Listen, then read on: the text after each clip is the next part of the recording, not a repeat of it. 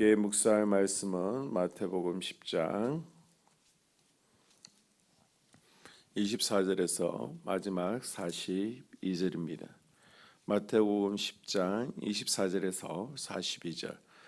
제자가 그 선생보다 또는 종이 그 상전보다 높지 못하나니 제자가 그 선생 같고 종이 그 상전 같으면 조카도다. 집주인을 바알세불이라 하였거든 하물며 그 집 사람들이랴. 그런즉 그들을 두려워하지 말라. 감수인 것이 드러나지 않을 것이 없고 숨은 것이 알려지지 않을 것이 없느니라. 내가 너희에게 어두운 데서 이르는 것을 광명한 데서 말하며 너희가 귓속말로 듣는 것을 집 위에서 전파하라. 몸은 죽여도 영혼은 능히 죽이지 못하는 자들을 두려워하지 말고 오직 몸과 영혼을 능히 지옥에 멸하실 수 있는 이를 두려워하라. 참새 두 마리가 한 아사리온에 팔리지 않느냐. 그러나 너희 아버지께 허락하지 아니하시면 그 하나도 땅에 떨어지지 아니하리라. 너희는 머리털까지 다 세신 바 되었나니 두려워하지 말라. 너희는 많은 참새보다 귀하니라. 누구든지 사람 앞에서 나를 시인하면 나도 하늘에 계신 내 아버지 앞에서 그를 시인할 것이요 누구든지 사람 앞에서 나를 부인하면 나도 하늘에 계신 내 아버지 앞에서 그를 부인하리라. 내가 세상에 화평을 주러 온 줄로 생각하지 말라. 화평이 아니요 금을 주러 왔노라. 내가 온 것은 사람이 그 아버지와 딸이 어머니와 며느리가 시어머니와 불화하게 하려 함이니 사람의 원수가 자기 집안 식구리라. 아버지나 어머니를 나보다 더 사랑하는 자는 내게 합당하지 아니하고 아들이나 딸을 나보다 더 사랑하는 자도 내게 합당하지 아니하며 또 자기 십자가를 지고 나를 따르지 않는 자도 내게 합당하지 아니하리라. 자기 목숨을 얻는 자는 잃을 것이요 나를 위하여 자기 목숨을 잃는 자는 얻으리라. 너희를 영접하는 자는 나를 영접하는 것이요 나를 영접하는 자는 나를 보내신 이를 영접하는 것이니라. 선지자의 이름으로 선지자를 영접하는 자는 선지자의 상을 받을 것이요 의인의 이름으로 의인을 영접하는 자는 의인의 상을 받을 것이요 또 누구든지 제자의 이름으로 이 작은 자 중 하나에게 냉수 한 그릇이라도 주는 자는 내가 진실로 너에게 이르노니 그 사람이 결탄코 상을 잃지 아니하리라 하시니라. 아멘. 사람들은 예수님께서 귀신을 쫓아내고 병든 자들을 고치는 것을 보면서 바알세불이라고 비난하고 모함을 했습니다. 귀신의 역사다, 사단의 앞잡이다라고 정죄한 것이죠. 예수님께서는 예수님을 따르는 우리 그리스도인들도 이런 비난과 모함을 듣게 될 것이라고 25절에 말씀하고 있습니다. 우리가 예수님을 따르려고 한다면 예수님 때문에 받는 비난과 예면을 당연한 것으로 여기고 그것을 각오해야 된다는 것입니다. 예를 들어서 한국의 시족 공동체가 강한 유교 마을에서 내가 예수님을 믿게 되었다. 기독교인이 되고 나면 마을 제사에 마을 행사에 참여하지 않는다는 이유로 핍박을 받는 것처럼 지금 유대인들의 행사에 참여하지 않는 유대인 출신 기독교인들은 이스라엘 지역 공동체에서 외면당하고 핍박을 당해야만 했습니다.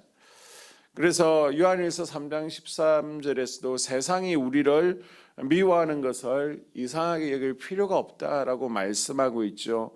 그리스도인이 된다는 것은 예수님과 함께 받는 고난을 포함하고 있다는 것을 우리는 사실로 받아들여야 됩니다.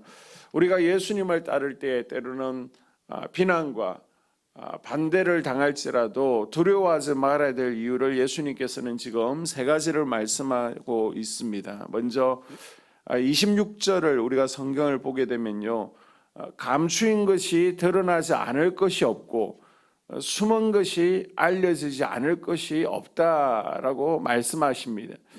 이 말씀은 하나님께서 모든 것을 보고 계시기 때문에 비록 우리가 사람들에게 정당한 평가를 받지 못한다라고 할지라도 하나님께서는 모든 사실을 알고 계신다라고 말씀하고 있습니다.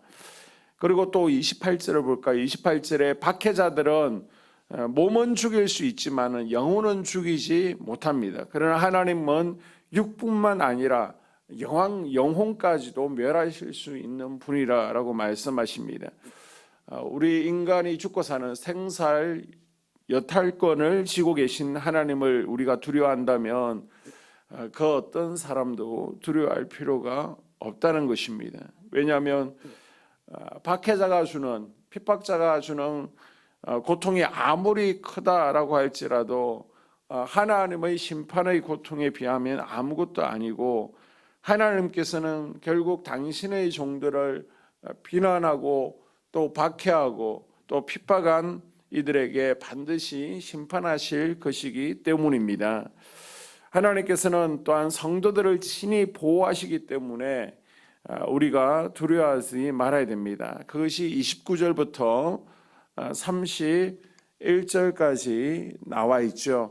하나님께서는 모든 고난 가운데서도 함께 하시며 또한 일일이 간섭해 주십니다. 하찮은 참새 한 마리가 팔리는 것조차도 기억하시고 섭리하신 하나님께서 고난 가운데 있는 성도들을 기억하시며 가장 좋은 상황으로 인도해 주실 것입니다. 이것을 믿고 나아가는 것이 믿음인 줄로 믿습니다. 그리고 34절에서 42절을 보게 되면요, 우리 그리스도인들이 당하게 될 비난, 반대, 또 핍박에 대해서 말씀하신 예수님께서는 예수님을 전하고 따르는 사역자들, 그들을 영접하는 자들이 받게 될 복과 상에 대해서 말씀하고 있습니다. 결국 예수님의 말씀은 우리 그리스도인들이 또 예수님의 말씀을 전하는 사역자들이 언제나 비난과 반대만 겪게 되는 것이 아니라 때로는 영접과 한대도 받게 된다는 사실을 강조함으로써 그리스도를 따르는 이들에게 지금 위로와 소망을 가져다 주고 있는 것입니다.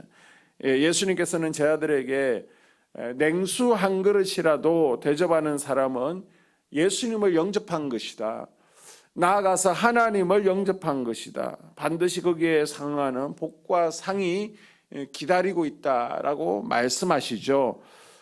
고대 근동 지역에서 냉수 한 잔을 대접하는 것은 기본적인 예절입니다. 보상을 받을 만한 일이 아닙니다.